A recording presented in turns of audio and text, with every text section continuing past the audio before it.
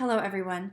My name is Katie, and today Sarah, Anders, and I will be talking about combat drones and their use around the world. In today's modern day and age, technological advances in military combat are more important than ever. The concept of unmanned combat drones has been around since the 1970s, but it wasn't until recently that they began to be used in combat. The technical name for a combat drone is an unmanned combat aerial vehicle, or UCAV for short. They are mainly used for enemy surveillance and for carrying out drone strikes. They're under real-time control but have no human pilot on board. The modern military drone was initially conceptualized in the 1970s by John Stewart Foster Jr. Foster was an avid model plane builder who worked for the U.S. Department of Defense. He was inspired to apply his model plane skills towards military technology. He initially experimented with drones in 1971 by strapping bombs or cameras to remote model airplanes and flying them. In 1973, Foster helped the U.S. Defense Advanced Research Projects Agency, or DARPA for short, create two official UCAV prototypes named Prayer and Calais. These are considered to be the first modern military drones ever constructed. They each weighed in at approximately 75 pounds each and were both powered by lawnmower engines. The CIA is thought to have been flying combat drones since 2000. However, it wasn't until 2002 that they were first used in a targeted strike in Afghanistan with the intention of killing terrorist Osama bin Laden. Since then, government interest in combat drones has only increased. U.S. military spending on drone technology has increased from $4 billion to almost $9 billion annually. Most UCAVs in the U.S. are designed for surveillance, but a few are constructed for offensive operations. Price per drone ranges from a few $1,000s for small surveillance vehicles to tens of millions of dollars for complete fighters. However, it's not just the United States that uses combat drones. The military role of drones is increasing exponentially across the globe. About 95 countries possess some form of combat drone technology today. Main industry leaders include China, Turkey, Israel, Russia, and Iran. The increasing use of UCAVs worldwide has called into question the ethics of combat drones. Alrighty, now we will move on to the ethical considerations surrounding the use of drones. It's become ever more present in modern politics because the use of drones is become so widespread, and there's so many that countries like the U.S. are using, and drone strikes are increasing greatly. So it brings a lot of debate around this stuff, but if we separate it into the good, the right, and then like our conscious, and we start out by looking at the good, which is the principle of most happiness for the most number of people, the highest number of people. Some pros for that is drones are extremely precise in their targeting and drone strikes, so they can take out terrorists with more precision, avoiding civilian casualties in the process, which the civilian casualties would be much higher in scenarios where troops were sent in or just bombs were dropped. So that is a very good pro looking at this. And under the Obama administration, they said they killed 2,500 terrorists with somewhere between around 50 to 150 civilians. But this, I don't know, things on the internet say a wide range in here, so it's hard to tell what the actual case is, but either way, drones are extremely precise and can target very accurately. And a big con of this, though, is the drone pilots experience extreme PTSD, so it's kind of a bummer. It's a small group of people, but they experience very bad repercussions from this. And it sacrifices privacy for many, which is an infringement on people's rights. Now we'll move on to the right, which is the principle of goodwill, where you treat people as ends, not means, keep your word, etc., etc.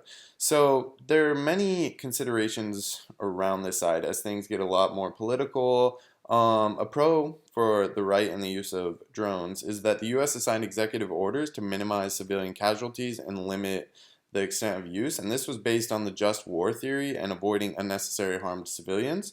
A place where that deviates from the just war theory is the principle of proportionality, And the use of combat drones deviates from this in many cases because it's not reasonable to use a drone against someone who is severely under-equipped and can't compete with the drone.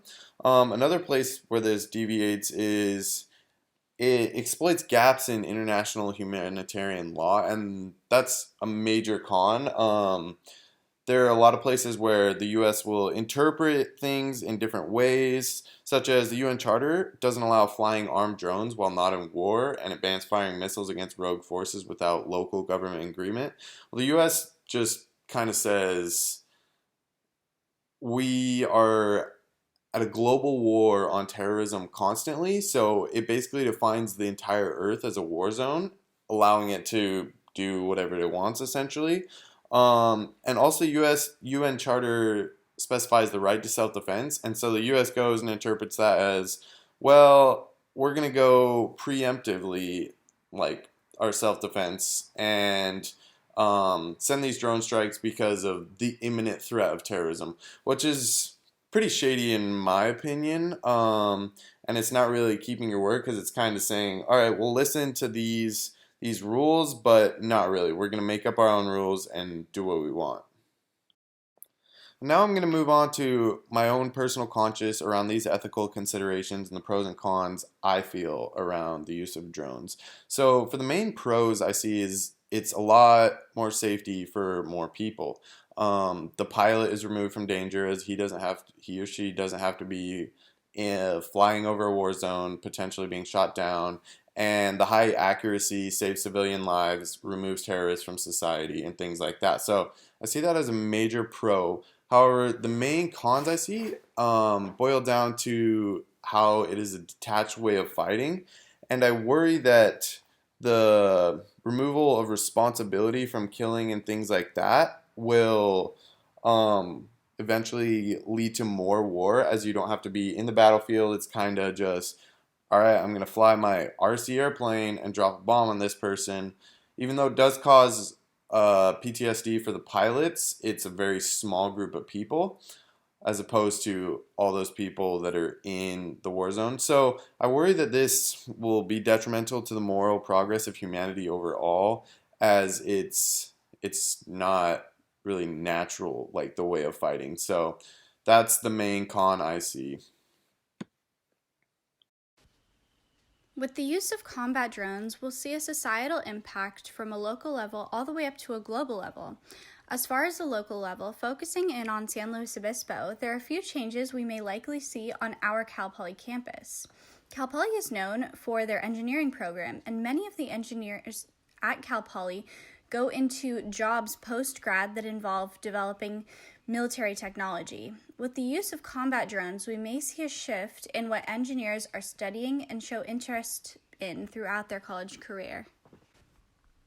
As far as at a state level, we may see a few changes to California specifically. First, some of Californians' tax dollars will likely be redirected to fund the development of these new military technologies. Second, we may actually see the use of these drones in action being used to increase border security. At a national level, combat drones will have a huge impact. First of all, these drones will be used in missions deemed too dangerous for soldiers.